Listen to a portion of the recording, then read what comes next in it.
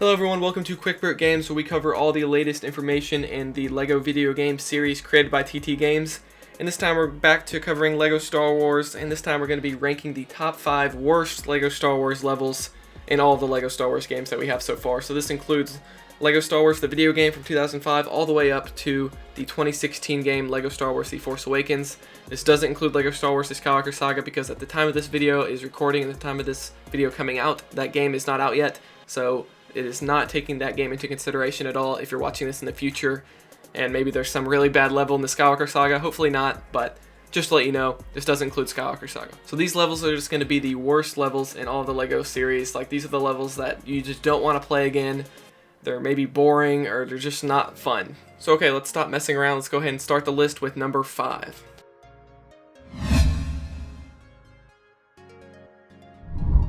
So at number 5, as the least bad level on this top 5 worst list, is General Grievous from Episode 3 in the original LEGO Star Wars video game, and also the Complete Saga. So the thing with this level is, this level has good source material. This is based off of the Obi-Wan versus General Grievous fight from Episode 3, Revenge of the Sith. So it's got a good source material backing it, but the problem is this level is really short. Now, of course, that was a problem with a lot of the original prequel levels, because it was the first LEGO Star Wars game TT Games created, so a lot of levels were shorter. They're not as robust as they are now, but this fight was just extra short. Like, you can, if you know what you're doing, you can beat this level in like under 3 minutes, which is kind of bad considering this is like a major fight in the movie. And what stinks about this level is this entire fight just takes place in this one sort of open room on Utapau, or open area I should say. It's not really a room. And the fight in the movie, it kind of goes different places. You know, it starts out in that room on Utapau with all the droids surrounding Obi-Wan, and then they have a little bit of a lightsaber fight there, and then a chase ends up happening, and they end up on this platform where this level actually takes place, and then then Obi-Wan finally finishes off Grievous. So I think they could really improve this level if they just added a lot more areas to fight in. Like, they could have a chase sequence, and I talked more about this in the level predictions video on the channel. You can check that out at the top right of the channel as well. So this level doesn't have a lot of variety. It's just one room. Of course, if you're playing free play, you can access another secret area like in the top right corner of the map, which has like a mini kit and a red power brick. But other than that, it's just one little area where you're fighting Grievous. And this level is also very formulaic, so you're basically playing as Obi-Wan Kenobi fighting Grievous, and after you damage him 1 or 2 times, he's then going to jump away from the fight, to where then you're switching over to Commander Cody, which is with him, which he wasn't in the movie, but you know, the game has to support 2-player co-op, so I'm not really faulting them for that. But you're switching to Commander Cody and you're shooting these bombs next to him, which then force Grievous back into the fight, and then you switch back to Obi-Wan. You have to damage him a couple more times. This happens a few times, and then Grievous is taken out. And the levels is very fast. Again, if you've played the level before, you can beat it in like under 3 minutes, and it's kind of a joke. So in the Skywalker Saga game, they could definitely beef up this section a lot more, add different areas and more variety to the fight. And this level is just really too short and doesn't offer enough, you know, differences in the fight and different things happening, so that's why this level comes in at number 5.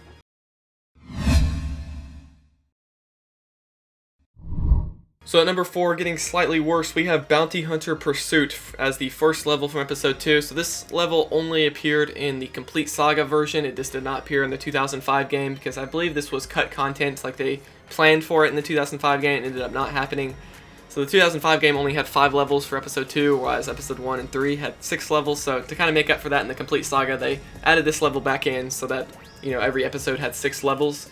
But unfortunately, this level is not very good, and it's probably a good thing that they cut it from the original game. So this is a vehicle level, which you'll notice a common theme in this list coming up is that there's a lot of vehicle levels on this list, because they're not really that fun, at least in the older LEGO games. So this level is based around the chasing the bounty hunter Zam Wesell throughout Coruscant from the beginning of Episode 2, where Anakin and Obi-Wan, young Padawan Anakin, are kind of going up against Zam Wesell and trying to chase her down on their little speeders throughout Coruscant among all the flying car traffic. The thing about this level is it's very bland. Coruscant, you know, it's a cool planet, but this level doesn't really do it much justice. Like, every area looks the same. In fact, this level is probably one of the hardest levels. I've been creating mini kit guides on this channel where we're showing you guys where to get all the mini kits. This is one of the hardest levels, I think, to do that video, because every area looks like exactly the same. There's like 3 or 4 different areas throughout this level, and every area looks the same, so it's really hard to show where the mini kits look. That's just how bland this level really is. As you're chasing Zam Wesell throughout the planet of Coruscant, you end up going into these square sections where she kind of forces you in behind these force fields, and you're then in this area where you're basically just shooting everywhere. Like, you don't even know really what's going on. You're just kind of start shooting. There's these turrets shooting at you, destroy those, then you have to find purple torpedoes, which you use in a lot of the vehicle sections in this game. You have to destroy these little generators, and that gets you to continue on the fight. It's just not fun. Like, you don't even know what's going on. It's just complete chaos in these areas. You're basically just destroying everything until you can progress. And eventually, after you chase Zam Wesell and have to get trapped into 2 different square areas throughout the level, you then get to the boss fight with Zam Wesell, and man, this thing is a complete letdown. Like, all you do, like, you can literally do this boss fight in about 10 seconds.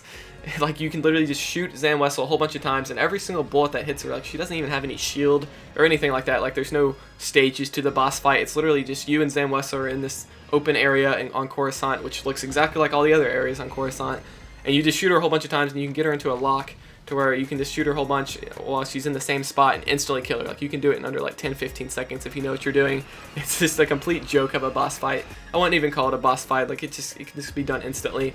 So I definitely think they could improve this in Skywalker Saga as well. Like, you know, add some stages to the boss fight, add some more variety to the level on Coruscant, different areas that you're going through, change the camera angles a bit, and stuff like that. So overall, this level is not very fun. Luckily, it doesn't last very long. I think if it would lasted a lot longer, I think it would probably rank higher on this list, but that is going to come in at number 4.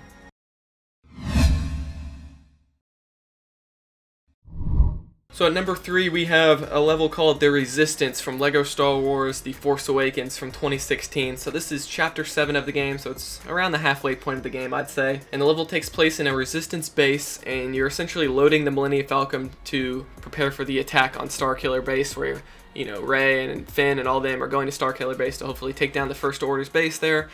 And this level is just the most anticlimactic, boring level in the game. So one thing about this level is that there's no combat at all. Like, this just makes it really boring.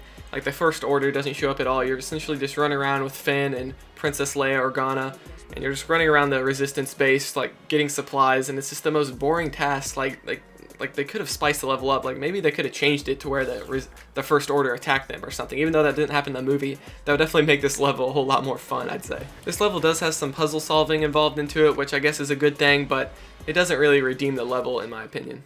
This level is essentially the definition of fluff and filler. Like, you know, with LEGO The Force Awakens, they had to base the entire game around one movie, whereas before, you know, they were basing around the entire Clone Wars series, at least the first 2 seasons with LEGO Star Wars 3, and then the previous games were racing around different Star Wars trilogies. You had the prequel game and then the original trilogy game, and they combined those together. Whereas this game is just based around one movie, so usually one movie doesn't allow for enough action and for different gameplay levels within a video game. So with one movie, they had to kind of make the game longer. You know, they couldn't make Force Awakens super short of a game, so they kind of had to create these filler levels where nothing really is happening from the movie. At least, I mean, some plot devices are happening for the movie, but for a video game, it really doesn't make for fun gameplay. I really don't see this making it in as a level in the Skywalker Saga game, because if you don't know, they're cutting down so where each movie is going to be about 5 levels, and there might be some story content in between the levels in the hub world, but mainly the episodes are just going to be based around 5 levels, so I doubt this little section from the movie will make it into Skywalker Saga. There's even one point in the last section of this level where you're collecting different supplies for the Millennium Falcon, and a couple of them make sense, but then there's one where you have to get Wookiee cookies, and because Chewbacca's hungry, I guess, and it's just like, why did they make this part of the level? Like, they could have just made that like a little joke, like, oh yeah, Wookiee needs some cookies, you know, or something like that, but they actually make this a main objective in the level. And then to get these cookies, you have to give Nine Nub a ice cream. Like, apparently he wants ice cream for some reason, and it's just so pointless. So you have to get ice cream in order to get Wookiee cookies. It's like, come on now. It doesn't really make much sense. It's a little bit too goofy and silly for me. So overall, not much really happens in this level story-wise or gameplay-wise. It's just some boring filler, and there's a little bit of puzzle solving, but it really doesn't make up for the fact that this level is not very eventful, and I think it was really just in there to make the game longer. So this is definitely the worst level in the Force Awakens game. Maybe you disagree with me on that, but let's go ahead and move on to number 2.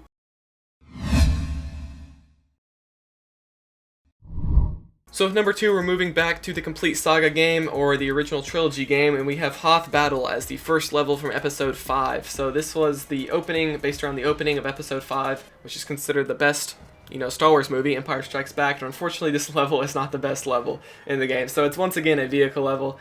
I'd say this is based around, you know, one of Complete Saga's weakest features is the vehicle levels. So you're using a Luke Skywalker snow speeder, and you're flying around Hoth, doing different things, destroying AT-STs. And the level focuses around carrying these detonator bombs with your tow cable from the speeder that you're on. And you have to use this detonator bomb to destroy different obstacles and different enemies throughout the level. And the problem is this gameplay is just not fun. So essentially what you have to do is drag this bomb around, which drags on the ground from your tow cable. And the thing is if you hit any obstacle, like there's tons of respawning enemies, like ATSTs are all over the ground, there's other things shooting at you.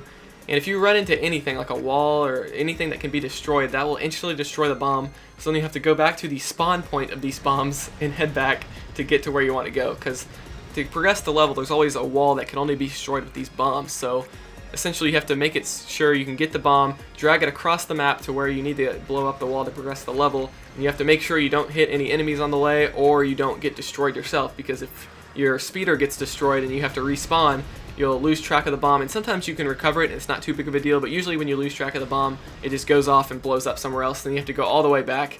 And the gameplay that you're seeing right now, I'm using the invincibility extra, so that actually makes this level a little bit more bearable, along with all the levels on this list. So I don't have to worry about my speeder getting destroyed, but I can still run into something and it destroy the bomb, and it's just very annoying. And the whole level is based around this concept. A cool feature about this level is that you actually have to take down the AT-ATs by doing just exactly what they do in the movie, is using the tow cable and wrapping it around the legs of the AT-AT, causing it to fall.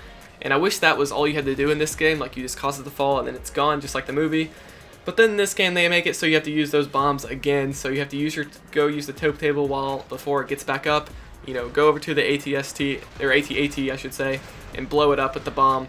And again, you have a chance of running into something along the way and blowing up the bomb before it gets there, and you have to go all the way back, and then before you know it, the AT-AT's back up, and then you have to wrap around it again, and it's just, again, it's a big hassle. So when you finally get to the last section of this level, you're kind of in an area that's similar to the Jedi battle level from Episode 2 in the Complete Saga in the original 2005 game, where you're in this kind of circular arena, and you have different objectives on top of your screen of different things you have to destroy.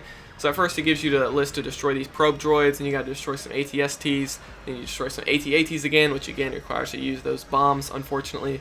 And then at the end of that, it makes you take out a combination of all three of those things, and again you have to use the bomb to take down another AT-AT. So this section I think goes on a little bit too long, like it's just, you're destroying different things, and once you finally destroy them, then more stuff shows up, and it's just kind of tedious. So overall, I don't think this level is very good. It's unfortunate because it takes place during one of the best parts from that movie. This level has great music, I'll give it that. It's an iconic scene from the movie, but it's just not fun, using that bomb technique. Like they should have redone that whole carrying a bomb, because that gameplay is just not fun. That's why this level comes out at number 2.